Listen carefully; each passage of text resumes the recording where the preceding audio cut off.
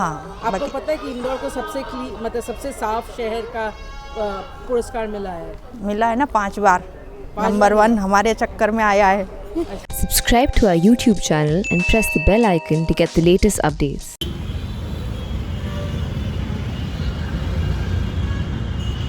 The Print is at Indore right now. Indore, one of the largest and most populous city of Madhya Pradesh, was recently adjudged the cleanest city in India.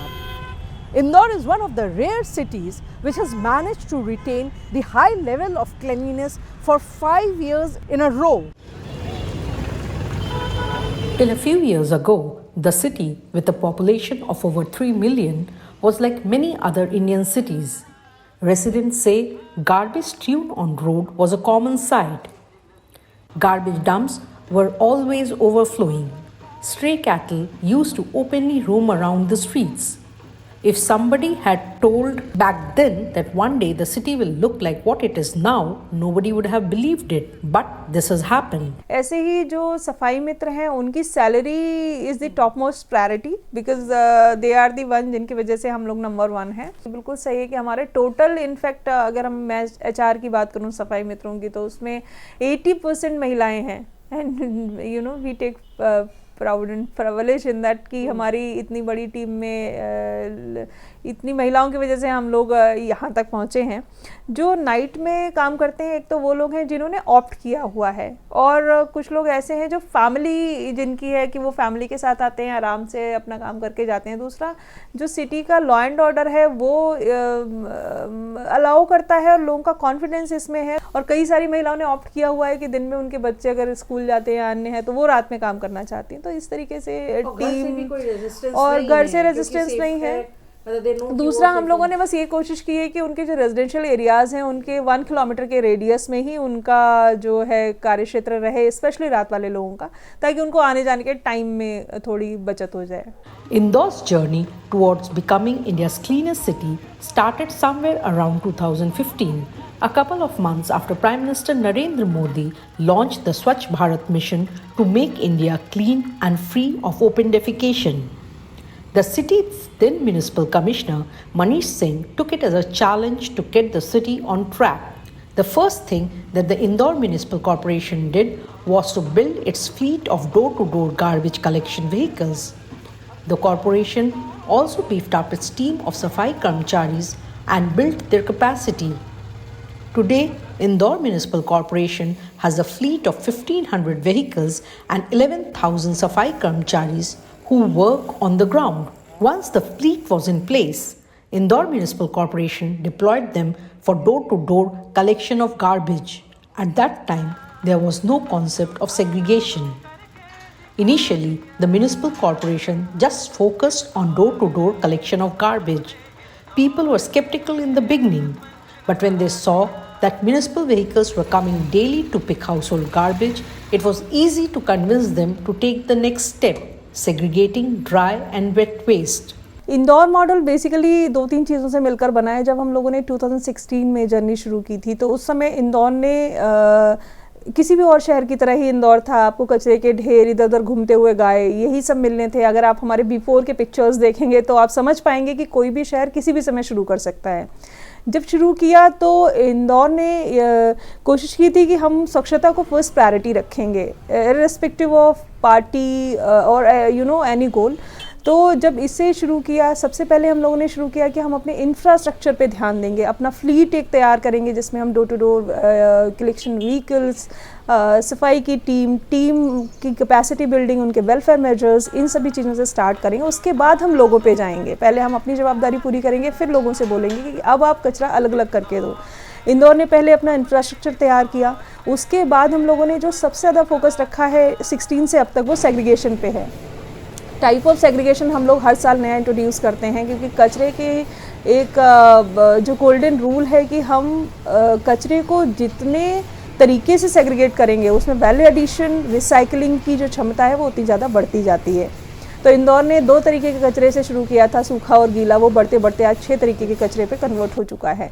इसी तरीके से जो 3rd हम लोगों का point था कि जो भी कचरा घर से निकला उसको एंड तक, उसका फर्दर कलेक्शन प्रोसेसिंग तक उसको छोड़ना, और उसके बाद जो सैनिटरी लैंडफिल साइट उसका लास्ट डेस्टिनेशन होता है, वहाँ तक वो as per norms, as per CPCB norms ही जाए, उसको इंश्योर करना, 100% प्रोसेसिंग करना। कि यहाँ पे मतलब पहले से ही ऐसा जो आप लोग का गार्बेज कलेक्शन का यही सिस्टम था 30 साल, आप तो 30 साल से रह नहीं, रही 30 हैं साल यहाँ से पे। नहीं था, वहाँ कोठी रखी थी कचरे की। हाँ। उसमें लोग बाहर डालते थे सारा कचरा, सब अच्छा। मिक्स होता था। हाँ। और गंदगी तो फैलती थी सारी, सारे पॉलीथीन उड़ के हमारे घर में अंदर तक जाते थे। लेकिन ये जो कार्य शुरू हुआ है, जब से हम सफाई में अच्छे से रह रहे तो आप लोग अब हर घर में ही ऐसा करते हैं कि अलग से ड्राई वेस्ट अलग से, हाँ, सबके वेट घर में वेस्ट अलग से? वो कचरा गाड़ी वाला ही नहीं लेता। अच्छा। अगर आपने वो मिक्स भी किया हम है, लोगों को गाइड करते हैं कि आप इधर डालिए मीन्स अगर हमसे गलती भी हो जाती है तो फिर वो हम लोगों को वापस समझाते भी हैं। घर में भी हमने कलेक्शन अलग अलग रख रखा है और हर चीज़ का हम ध्यान रखते हैं। A strong bureaucratic leadership at the top, strict monitoring, creating awareness and convincing the public to segregate garbage at home before disposing, creating the infrastructure to not only collect and dispose the garbage generated in the city but processing it scientifically has ensured that Indore continues to be the cleanest Indian city 5th time in a row. A control command center was set up to track the movement of garbage collection vehicles from neighborhood level to the processing center. पहले वैसा नहीं था जैसा आज है। पहले हर चीज़ में हम कमज़ोर थे। जब से स्वच्छता सर्वेक्षण चालू हुआ है 2014-15 से, उसके बाद हमारा माइंडसेट भी चेंज हुआ है, हमारी वर्किंग भी चेंज हुई है। और हमारे जो सीनियर आयुक्त महोदय आए हैं और एडिशनल कमिश्नर, उन सबों ने जो सेंट्रल गवर्नमेंट के स्वच्छ भारत मिशन की गाइडलाइन को पॉइंट टू पॉइंट फॉलो कराया है और हमारा माइंडसेट चेंज करा है। पहले हम ऐसे नहीं होते थे, सफाई को लेकर इतने गंभीर नहीं थे, लेकिन जब से स्वच्छ भारत मिशन आया उसके बाद से हमारे आयुक्त महोदय भी सीरियस हुए हैं और उन्होंने स्वच्छ भारत मिशन को बिल्कुल टारगेट के रूप में लेके और एक एक जनमानस में अभियान के रूप में इसको जोड़ के और सारा सिस्टम से फॉलो करा के हमारे को जोड़ा है, तब जाके ये सारी चीज़ें हम कर पाएँ। वर्क कल्चर चेंज करा हमारे को काम करने का और हमारे को पूरा हमारा माइंडसेट चेंज करा सबसे पहले कि सफाई हो सकती है और आप लोग कर सकते हो, और उन्हीं लोगों से उन्होंने काम कराया। लोग हम सब वही थे, हम ही से वही काम कराया है जो हम नहीं कर पा रहे थे। Once the garbage is segregated, it is transported to the garbage transfer station for sorting. In the garbage transfer station, the garbage is compressed with machines and put in huge plastic capsules. Actual में garbage transfer station का मतलब ये है कि यहाँ पे garbage आता है पूरे इंदौर से। यहाँ पे कुछ जोन की गाड़ियाँ आती हैं, तो उन गाड़ियों में जितना भी कचरा होता है वो ये गार्बेज ट्रांसफ़र स्टेशन पे कलेक्ट होता है और ये यहाँ से जाता है trenching ground. Garbage transfer station में एक्चुअल में अकेले गीला सूखा कचरा नहीं आता है, यहाँ पे अलग अलग तरह का कचरा आता है जिसका पहले वेट होता है। बिना वेट के कोई भी गाड़ी स्टेशन में एंटर नहीं होती है, यहाँ पे वेट होती है। देन वो अलग अलग तरह का कचरा सेग्रीगेट करती है, जैसे प्लास्टिक हुआ, हैजार्डस वेस्ट हुआ, डाइपर वेस्ट हुआ, देन वो सूखा खाली करती है और देन वो गीला खाली करती है। हर बार गाड़ी का वेट होता है, हर बार हमें पता चल जाता है कि गाड़ी एक्चुअल में कितना कचरा लेकर आई हुई है। कोई भी गाड़ी बिना वेट के यहाँ GTS के बाहर, गार्बेज ट्रांसफ़र स्टेशन के बाहर नहीं जा सकती है। The final destination of these capsules is the trenching ground where Ahmedabad-based Nepra Resource Private Limited has set up one of India's biggest solid waste management plants.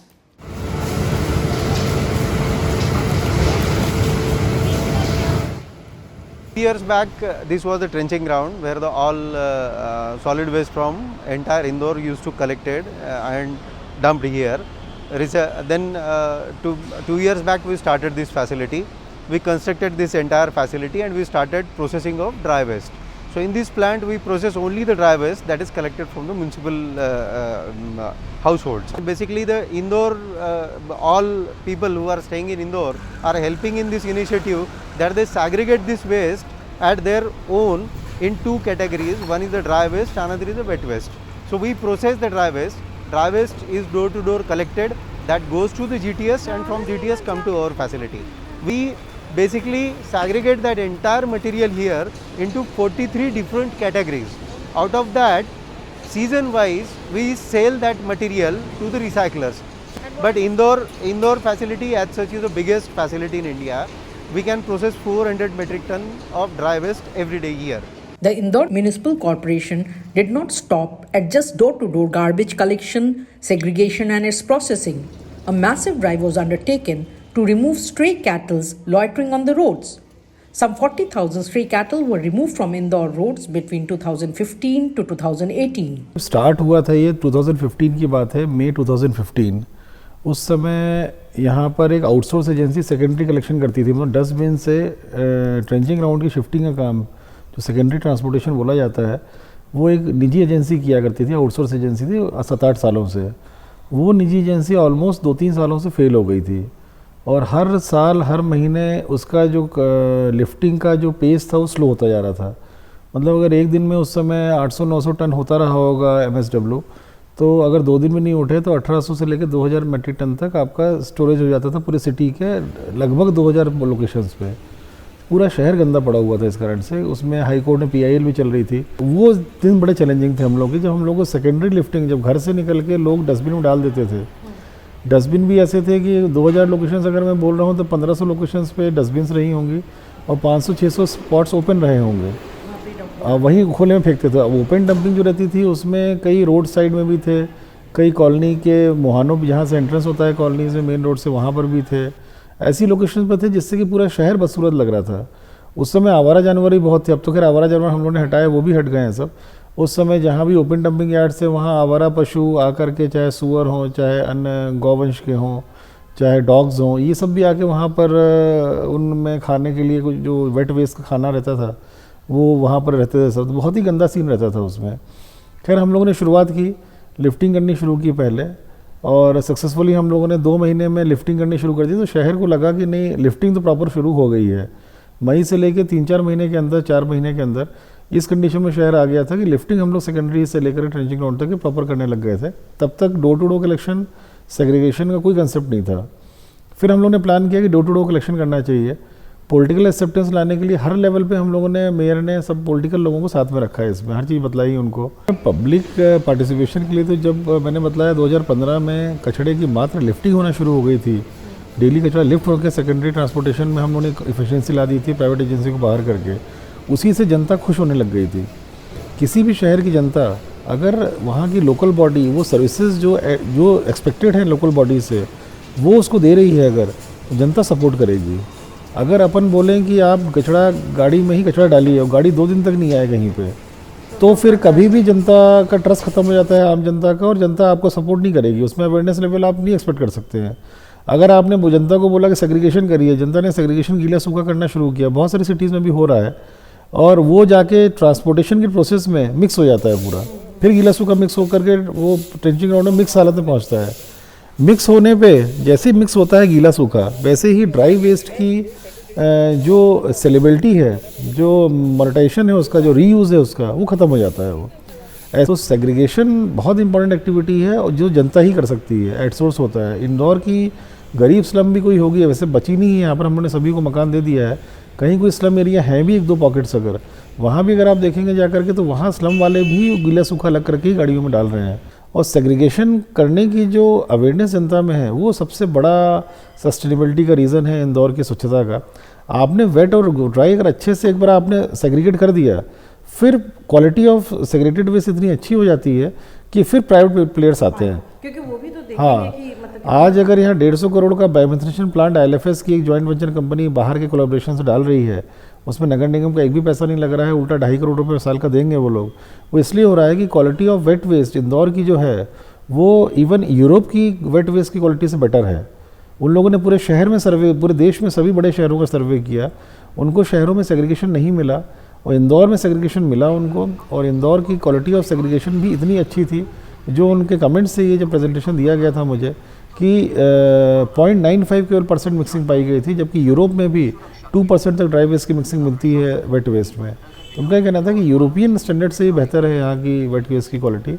इस वजह से वो लगा रहे हैं प्लांट, उनको भरोसा है उनको। मैडम, प्रजातांत्रिक व्यवस्था में जो डेमोक्रेसी है इंडिया में, किसी भी सिटी में अपन ये नहीं बोल सकते कि पॉलिटिकल इंटरफेरेंस ज़ीरो है। इंदौर में मैं ये नहीं बोलूँगा, यहाँ पूरा पॉलिटिकल इंटरफेरेंस है, पर पॉजिटिव वे में है। यहाँ पर सपोर्टिंग रोल है। अगर मान लीजिए स्वच्छता को लेकर के कोई बात है तो कन्विंस है सब जनप्रतिनिधि यहाँ पर कि नहीं, अगर गलती की है इसने तो नहीं, कमिश्नर साहब कार्रवाई करिए आप इसमें। मैडम, फिजिकल हेल्थ देखिए, पैसा 10-15 जो पहले खर्चा होता था सॉलिड वेस्ट मैनेजमेंट में, उसका मेरे ख्याल से अगर ये सब व्यवस्थाएं की, इतना बड़ा इंफ्रास्ट्रक्चर क्रिएट किया हम लोगों ने, व्हीकल्स खरीदी, तो इनिशियल कैपेक्स लगा होगा, कुछ ट्रांसफर स्टेशन हम लोगों ने स्मार्ट सिटी से बनाए, जो व्हीकल्स खरीदी हम लोगों ने उसमें SBM का जो हम लोगों को कंपोनेंट मिलता था उससे हेल्प मिली हम लोगों को। कुछ हम लोगों ने जो हमारे एरियाज से प्रॉपर्टी टैक्स के वो सब पिछले 5-10 सालों के वो वसूली करके स्ट्रेंथन करके इनिशियल कैपेक्स हम लोग लगाने में ज़रूरत पड़ी थी हम लोगों को। O&M की जहाँ तक बात है 25% ही इंक्रीज़ हुआ होगा, उस समय 25% ही इंक्रीज़ हुआ था। पर O&M में मैडम O&M में यूज़र चार्जेस का जो रिकवरी है इंदौर नगर निगम में बहुत अच्छी है, वो 85% से भी बेटर ज़्यादा इन्होंने रिकवरी की है इस वर्ष में जो है। तो अगर O&M में कोई म्यूनसिपल कॉर्पोरेशन 85% से अधिक की रिकवरी कर रहा है मैडम बहुत बड़ा अचीवमेंट है ये यूज़र चार्जेस जो हैं ये बड़े इंपॉर्टेंट रोल प्ले करते हैं। अगर आपने SBM में सर्विसेज दे रहे हैं SWM में और यूज़र चार्जेस अच्छा कलेक्शन हो रहा है, आप अगर सीवेज की फैसिलिटीज़ दे रहे हैं उसमें यूज़र चार्जेस कलेक्शन कर रहे हैं, तो कहीं ना कहीं ये जो गैप जो फिल होता था पहले प्रॉपर्टी टैक्स से के अमाउंट से, वो चीज़ें जब नहीं होती हैं तो आपका काम भी चलता रहता है, कैपिटल एक्सपेंडिचर्स भी होते रहते हैं और आप सर्विसेज भी देते रहते हैं उसी efficiency. In India, the public-private partnership model in the sanitation sector has not been very successful. However, the opposite has happened in Indore. Brand Indore has attracted many private sector players. Ahmedabad-based Nepra Resource Management Private Limited has set up India's biggest solid waste management facility in Indore in a 4.5-acre land at a cost of rupees 43 crore. Started in 2016 with the 2 road sweeping machines, and currently we have 23 road sweeping machines which consist of 5 different type of machines. For the highway we got a Broadsons, which is towing vehicles. You can say the speed is around 80 km per hour and the capacity is per minute 1 ton, the sand it can vacuum it. Then we have Elgin machines from USA, which is we use for the streets, different street. Then we have a Dulevo, which is for fine dust collections. Then we have small machines, CityNet and Ilfis, that is for the narrow street like Rajbada and Chopati area and where. So that we use it. That so you can say from 13 feet, 10 feet, and 6 feet roads we cover. As well as we have a night sweep, sweepers. You can say Safai Mitra, which is manually they work on the road. So they clean the footpaths. They collect all the litters from the road. They collect all the sand which is you can say dust, which is machine is not reachable. So the speeding is one of the issues here on the signals and all. So they have to clean. So that is one of our responsibilities. So one team work in the night 10 o'clock till morning 7 o'clock. Another team start from 9 a.m. to 6 p.m. So you can say almost we have round the clock facilities for this. So we cover every day 800 kilometers in Indore city. And we work for 26 days. So we have every Friday is a rest day here, because Friday also we selected, like say Saturday and Sunday usually it's a weekend for the people. So usually companies take the off on Sunday. So we say no, we have to take it on Friday. So Saturday and Sunday when we clean, the people come out, the street has to be clean. It's not just garbage segregation, collection and processing. 10 STPs have also been set up for treating wastewater. The treated water is now used in fountain and public parks across the city. It is this multi-pronged approach to tackle garbage that has ensured all-round cleanliness in the city. Indore में total 10 STPs हैं। इसमें ये 3 मतलब centralise STP हैं। ये हम अभी 245 MLD STP में हैं और यहाँ पे सीवेज जो है 245 MLD नियर अबाउट सीवेज आता है और जितना सीवेज इनकमिंग है उतना ही आउटगोइंग सी है। ट्रीटमेंट के बाद में इतना ही ट्रीटेड वाटर निकलता है। तो वो जो ट्रीटेड वाटर है वो कहाँ जाता है? ट्रीटेड वाटर का हम करीब 35% तो रीयूज़ करते हैं। अच्छा। और जो बैलेंस हमारा सीवेज ट्रीटेड वाटर है वो हम नदी में रिलीज कर देते हैं। नदी में रिलीज कर देते हैं।